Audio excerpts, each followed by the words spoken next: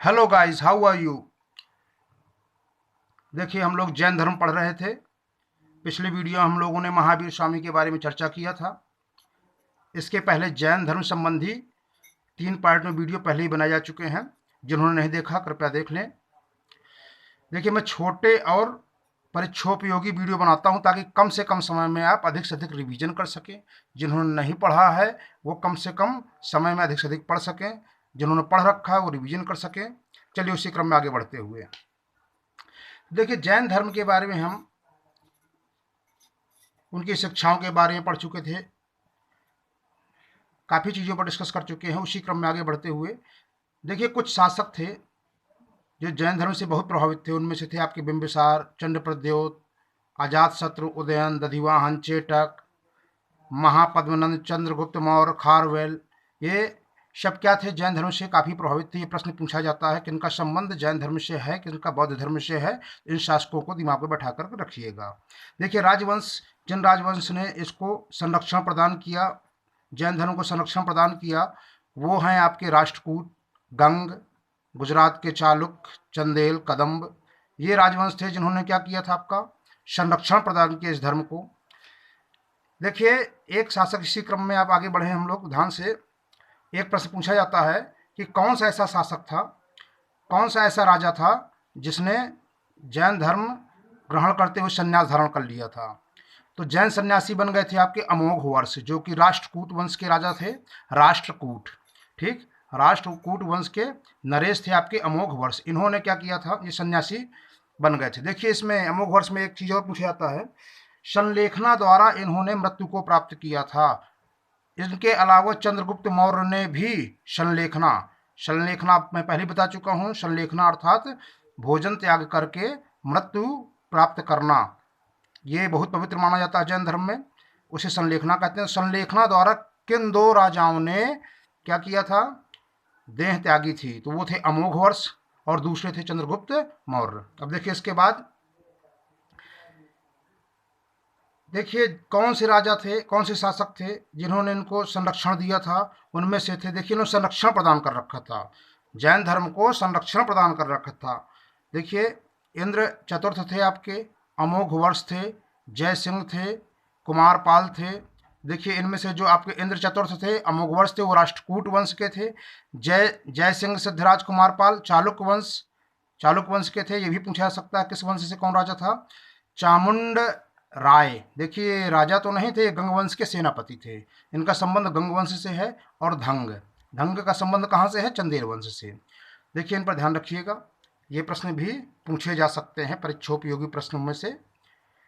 महत्वपूर्ण श्रृंखला है ये। देखिए, जैन धर्म का जो स्थापत्य कला के क्षेत्र में योगदान है, स्थापत्य के क्षेत्र में जो योगदान दिया था, वो क्या क्या है मेन आपके? मुख्य रूप से आप दिलवाड़ा मंदिर, ये परीक्षा बहुत ज़्यादा पूछा जाने वाला, माउंट आबू राजस्थान में है दिलवाड़ा मंदिर।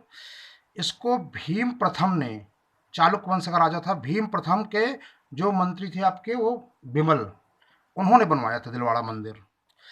अच्छा, अब देखिए, हाथी गुम्फा, हाथी गुम्फा मंदिर ये आपका उड़ीसा में है। गोमतेश्वर कर्नाटक में है आपका। तो ये प्रश्न में तीनों ही बहुत पूछे जाते हैं। इनके अलावा पार्श्वनाथ और आदिनाथ का मंदिर आपका खजुराहो में है।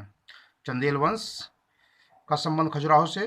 देखिए, खजुराहो में आपका पार्श्वनाथ व आदिनाथ मंदिर हैं। तो ये स्थापत्य कला के बारे में आपका ये टॉपिक, स्थापत्य कला के बारे में।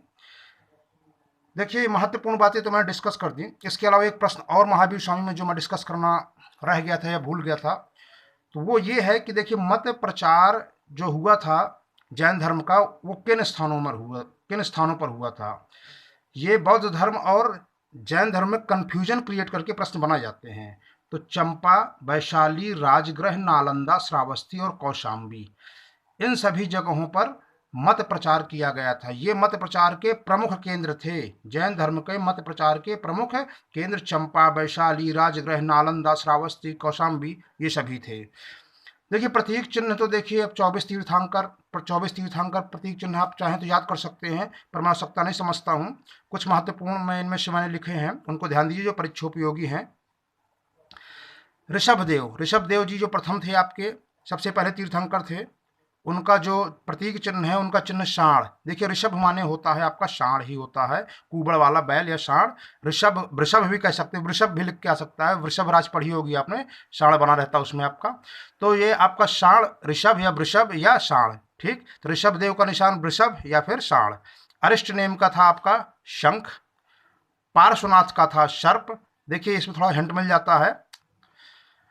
पार्श्व, यहीं से आप देखेंगे पार्श्व, अगर यहां से पढ़ेंगे सर्प, सर्प। और दूसरा क्या है आपका, ये रा इसमें आ रहा है आपका, तो इनके निशान में, प्रतीक में भी रा आ रहा है ऊपर, ठीक। इसमें से पढ़िए, यही अक्षर आपको हिंट दे रहे हैं। पार्श्व में से अगर उल्टा पढ़ें सर्प, तो सर्प था इनका।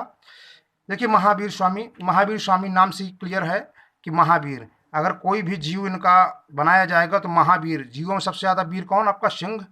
सिंह से ज़्यादा वीर कोई जीव जंतु नहीं है, ठीक। तो देखिए महावीर अर्थात इनका सिंह था प्रतीक। ये महत्वपूर्ण प्रतीक आप याद रख सकते हैं। इसके अलावा अगर आप पढ़ना चाहें तो पढ़ सकते हैं। इस प्रकार से देखिए जैन धर्म के बारे में हम लोगों ने महत्वपूर्ण चीज़ें, जो अति इम्पॉर्टेंट, परीक्षा की दृष्टि से अति महत्वपूर्ण है, वो सभी मैंने आपको पढ़ा दी हैं, ठीक है। इसके बाद बौद्ध धर्म को अगले वीडियो में पढ़ेंगे। यदि आपको वीडियो पसंद आए तो सब्सक्राइब करिए, कमेंट करिए, लाइक करिए। धन्यवाद।